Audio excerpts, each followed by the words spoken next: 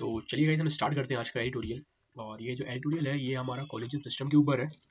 Recent जो ball to ball commentary चल रही है सुप्रीम कोर्ट और हमारे लॉ मिनिस्टर के बीच में, हमारे जो लॉ मिनिस्टर है वो है रिज्जू जी। तो चलिए देखते हैं कि क्या इस आर्टिकल में आया है और क्या कमेंट्री चल रही है, क्या इशू है। ये सारा कुछ हम डिस्कस करेंगे इस वीडियो में। मैं आपको डिटेल में बताऊंगा कि क्या कॉलेजियम सिस्टम होता है और क्या एनजेएसी सिस्टम है, राइट। और हम इसको एग्जाम के पर्सपेक्टिव से पढ़ेंगे, ना कि न्यूज़ के पर्सपेक्टिव से। और जो इसने न्यूज़ में दिया है ये हमारे कुछ भी काम का नहीं है, क्योंकि इसमें सिर्फ कमेंटिंग चल रही है। सुप्रीम कोर्ट बोल रहा है कि जो एनजीसी सिस्टम है वो गलत है, और जो करंट अभी जो कोलिजियम सिस्टम है उसमें काफ़ी डिले हो रहा है, और जो डिले हो रहा है वो गवर्नमेंट की तरफ से हो रहा है। इसमें देख सकते हैं आप, ओनली जो सुप्रीम कोर्ट ने लिस्ट भेजी थी रिकमेंडेड कैंडिडेट्स की फॉर सुप्रीम कोर्ट जज, उसमें सिर्फ सिर्फ 2 ही क्लियर्ड किए हैं। तो ये कुछ इशू है। तो चलिए हम बात करते हैं इशू के ऊपर। तो अभी हो क्या रहा है कि सुप्रीम कोर्ट रिकमेंड करती है हमारे लॉ मिनिस्टर के लिए कि आपको इन कैंडिडेट्स को अप्रूव करना है। जो अभी वैकेंट सीट है सुप्रीम कोर्ट के जजेस की, और जो सीट्स तो सुप्रीम कोर्ट रिकमेंड करता है वो करता है हाई कोर्ट के जजेस के लिए, सुप्रीम कोर्ट के जजेस के लिए, राइट। तो आप देख सकते हैं इसमें 1 से 1.5 साल हो गए, अभी भी सिर्फ 1 से 2 ही सीट मतलब जो है वो रिकमेंड हुई सीट्स पास होती हैं गवर्नमेंट की साइड से। और इन्होंने बोला है कि जो नेम रिकमेंड करते हैं सुप्रीम कोर्ट, उसमें भी कोई प्रॉपर वो नहीं है, सिस्टम नहीं है। जैसे बेसिकली होता क्या है कि आपको सीनियरिटी की बेसिस पर आगे फॉरवर्ड करने होते हैं कि जो सीनियर है उनको पहले आप जज बनाइए। लेकिन गवर्नमेंट कर क्या रही है, रैंडमली ही किसी को अपनी साइड से जो है वो आगे नेम जो है फॉरवर्ड करती है। तो हम देखते हैं कि पहले जो जजेस अपॉइंट होते हैं वो अपॉइंट होते कैसे हैं। फर्स्ट ऑफ ऑल जो कोलिजियम सेंट, कोलिजियम मतलब कि सुप्रीम कोर्ट प्लस 4 मोर जजेस, मतलब सीजीआई प्लस 4 मोर जजेस। तो ये 5 जजेस की बेंच होती है। ये कुछ नेम सजेस्ट करती है हमारे लॉ मिनिस्टर के लिए। फिर लॉ मिनिस्टर जो है वो इनको आगे फॉरवर्ड करता है हमारे पीएम के पास। जो पीएम क्या होता है कि प्रेसिडेंट को जो एडवाइस करता है वो सीओएम करता है, काउंसिल ऑफ मिनिस्टर। तो जो पीएम उसका हेड होता है, तो पीएम फिर प्रेसिडेंट को एडवाइस करते हैं और प्रेसिडेंट फिर यहाँ पे जज को अपॉइंट करते हैं। तो दिस इज दी प्रोसेस, और इस प्रोसेस में काफ़ी टाइम टेकिंग प्रोसेस है ये। तो यही सुप्रीम कोर्ट कह रही है कि ये काफ़ी 1 से 2 साल में अभी भी 1 से 2 ही लोग रिकमेंड कर रहे हैं, आप आगे नेम जो है फॉरवर्ड कर रहे हैं, राइट। अब देखते हैं जो कोलिजियम सिस्टम है वो कौन सा सिस्टम है और कब आया था। ये सिस्टम एक कोई एक्ट के द्वारा नहीं आया है, पार्लियामेंट ने कोई एक्ट पास नहीं किया था इस सिस्टम को लाने के लिए। ये बेसिकली सुप्रीम कोर्ट की जो जजमेंट्स आई हैं उनके ऊपर बना हुआ ये एक्ट है। फर्स्ट जज केस आया था, फिर सेकंड, फिर थर्ड। सेकंड जज केस में क्या था कि सीजीआई होंगे, उनके साथ 2 मोर सीनियर जजेस होंगे, मतलब 2 सीनियर मोस्ट जजेस ऑफ सुप्रीम कोर्ट। तो ये कोलिजियम में होंगे। और फिर जो थर्ड जज केस आया था, इसमें इसको बढ़ाकर 5 मेंबर बॉडी कर दिया गया था, राइट। तो अभी जो करेंट सिस्टम है कोलिजियम का वो है 5 मेंबर बॉडी। ये जो है नेम सजेस्ट कर दिया हमारे लॉ मिनिस्टर के लिए। और ये ओवर द टाइम ये जो जजमेंट्स है इवॉल्व हुई हैं, राइट। ऐसा कोई एक्ट वगैरह तो पास हुआ नहीं था। अब इसमें कुछ फ्लॉज भी हैं कोलिजियम सिस्टम में, वो हम आगे डिस्कस करेंगे। इसके बाद हम समझते हैं कि पहले एनजेएसी क्या होता है। तो नेशनल जुडिशियल अपॉइंटमेंट कमीशन, ये 2014 में गवर्नमेंट एक एक्ट लेके आई थी, 99th कॉन्स्टिट्यूशनल अमेंडमेंट एक्ट। उस एक्ट से एक कमेटी बनाई थी, कमीशन बनाई थी, national judicial appointment commission, for recommending names for appointment of chief justice of India and other जजेस of supreme court as well as high courts, right. तो ये है एनजेएसी। अब इसमें कंपोजिशन क्या है, अगर हम देखें तो इसमें जो मेंबर्स होते हैं वो आपको सिर्फ सुप्रीम कोर्ट से नहीं मिलेंगे। आपको इसके जो मेंबर्स हैं वो legislative body, judicial as well as civil society, इन तीनों से आपको इसके मेंबर मिलेंगे। तो इसमें डाइवर्सिटी ऑफ मेंबर्स भी है। तो ये एक अच्छा पॉइंट है, इसमें वैलिड पॉइंट है गवर्नमेंट की साइड से कि इसमें डाइवर्सिटी ऑफ मेंबर्स है। लेकिन क्या हुआ, इसको 2015 में सुप्रीम कोर्ट ने स्टक डाउन कर दिया, कह के कि ये अनकॉन्स्टिट्यूशनल है। जो सुप्रीम कोर्ट की उस पर इफेक्ट करता है ये, तो इसको हम अनकॉन्स्टिट्यूशनल करते हैं।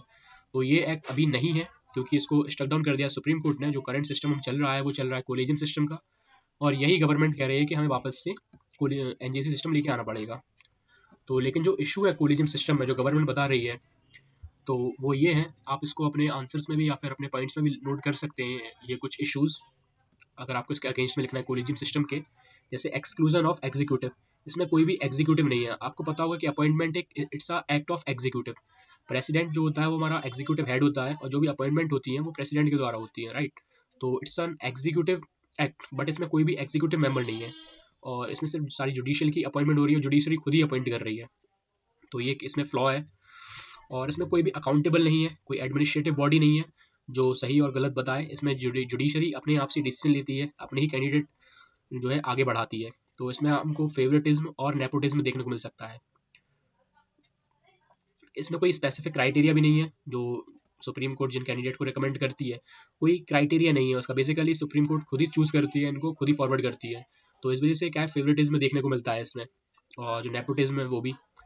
और कोई ट्रांसपेरेंसी नहीं है इसमें, इस सिस्टम के अंदर। It's a opaque system. यही हमारे जो लॉ मिनिस्टर है रिज्जू जी, उन्होंने कहा है कि सिस्टम काफ़ी ओपेक है, इसमें कोई ट्रांसपेरेंसी नहीं है जुडिशियल सिस्टम में।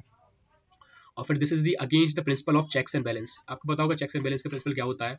एग्जीक्यूटिव जो है लेजिस्लेटिव के ऊपर चेक्स एंड बैलेंस रखती है, लेजिस्लेटिव जुडिशरी के ऊपर, और जुडिशरी एग्जीक्यूटिव के ऊपर। It is a system of checks and balance, ताकि किसी को एब्सोल्यूट और इमेंस पावर ना मिल पाए, राइट। इसमें कोई भी रूम नहीं छोड़ा गया है चेक्स एंड बैलेंसेस के लिए। जैसे कि आपने देखा होगा कि प्रेसिडेंट एक एग्जीक्यूटिव हेड होता है, लेकिन उसके इम्पीचमेंट के लिए इट्स अ लेजिस्लेटिव एक्ट। तो it's an example of checks and balance. Lastly is unequal representation. आपको सुप्रीम कोर्ट के जो जजेस हैं उसमें जो वुमेन का रिप्रेजेंटेशन है वो काफ़ी कम है। और अगर वुमेन का रिप्रेजेंटेशन कम है तो सीनियर मोस्ट जो जजेस होते हैं, बेंच होती है कोलिजियम की, उसमें भी आपको वुमेन का उतना बड़ा रोल दिखेगा नहीं। तो इसमें एक अनइक्वल रिप्रेजेंटेशन भी है, राइट। जो वुमेन है वो काफ़ी लो है इस कोलिजियम सिस्टम में। तो these are some of the flaws of the collegium system. You can add this in your notes. Now we will discuss about the NJC. So argument that are in support of NJC are: no organ of the state including judiciary enjoy absolute freedom. एकदम valid point है इनका। जैसे हमने देखा checks and balance का system, तो उसमें judiciary जो है एब्सोल्यूट फ्रीडम एंजॉय नहीं करनी चाहिए, क्योंकि इसमें सिर्फ जुडिशरी सारा रोल प्ले कर रही है, रिकमेंड करने का भी, अपॉइंट करने का भी, और सिलेक्ट करने का भी कैंडिडेट को। तो ये एक बड़ा फ्लॉज है एंड उसका सिस्टम का, कोलिजियम सिस्टम का। और इसकी आर्ग्यूमेंट जो है वो सपोर्ट में आती है एनजेसी के, जैसे कि हमने चेक्स एंड बैलेंस देखा था। और स्मूथ एंड ट्रांसपेरेंट प्रोसेस नहीं है ये। मैंने प्रोसेस बताई दी आपके लिए कि पहले रिकमेंड करती है मिनिस्टर के पास, मिनिस्टर प्राइम मिनिस्टर को करता है, प्राइम मिनिस्टर फिर प्रेसिडेंट को करता है। तो काफ़ी लॉन्ग प्रोसेस है ये। और जो एनजेसी है वो एक स्मूथ प्रोसेस है, क्योंकि आपने 3 मेंबर बॉडी है, वो वही सिलेक्ट करेगी कैंडिडेट को और वही आगे फॉरवर्ड कर देगी फिर नेम्स। और इसमें एक एग्जीक्यूटिव मशीनरी जब ऐड हो जाती है तो आपको काफ़ी कम चांसेस होते हैं कि गलती करने के, क्योंकि एग्जीक्यूटिव तो अपने रूल के हिसाब से ही काम करती है। तो this is the role of executive administrative machinery.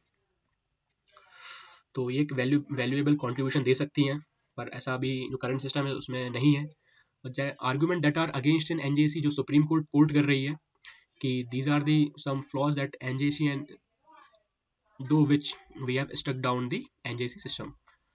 सो इसमें involvement of legislature in the appointment of जजेस क्रिएशन आर रेसिप्रोकेसिटी।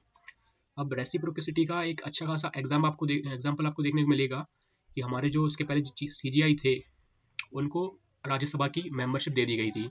रेसिप्रोकेसिटी होता है कि आप कुछ देने के बदले में कुछ रिटर्न भी एक्सपेक्ट करते हैं। तो ये एक रेसिप्रोकेसिटी के कल्चर को भी बढ़ावा देता है, तो ये एक गलत चीज़ है इसकी।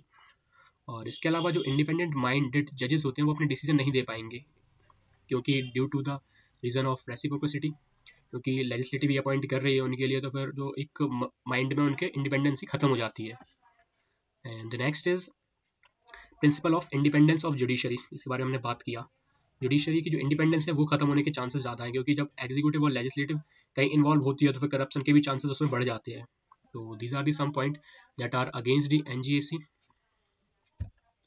सो this article which is multiple commentary चल रही है, उसके बारे में जो एग्जाम के पर्सपेक्टिव से थे वो सारा कुछ हमने डिस्कस कर लिया है। और इसके बेसिस पे भी एक 2019 में यूपीएससी में क्वेश्चन आया था, तो आप चाहे इसको सॉल्व कर सकते हैं और इसका जो आंसर है मुझे कमेंट सेक्शन में बता सकते हैं। पहले तो इस क्वेश्चन पूछा है कि 44th अमेंडमेंट जो हुआ था कॉन्स्टिट्यूशन का, उससे election of prime minister is beyond the judicial review. तो ये स्टेटमेंट सही है या गलत, आप बताइएगा। And the second statement is the supreme court of India struck down the 99th amendment of the Constitution of India as being violate the independence of judiciary. So answer this below and that's all about this editorial. और जो भी exam के perspective से काम का था वो अपन ने सारा कुछ डिस्कस कर लिया है। So thank you all. Please comment below answer of this question and subscribe to my channel.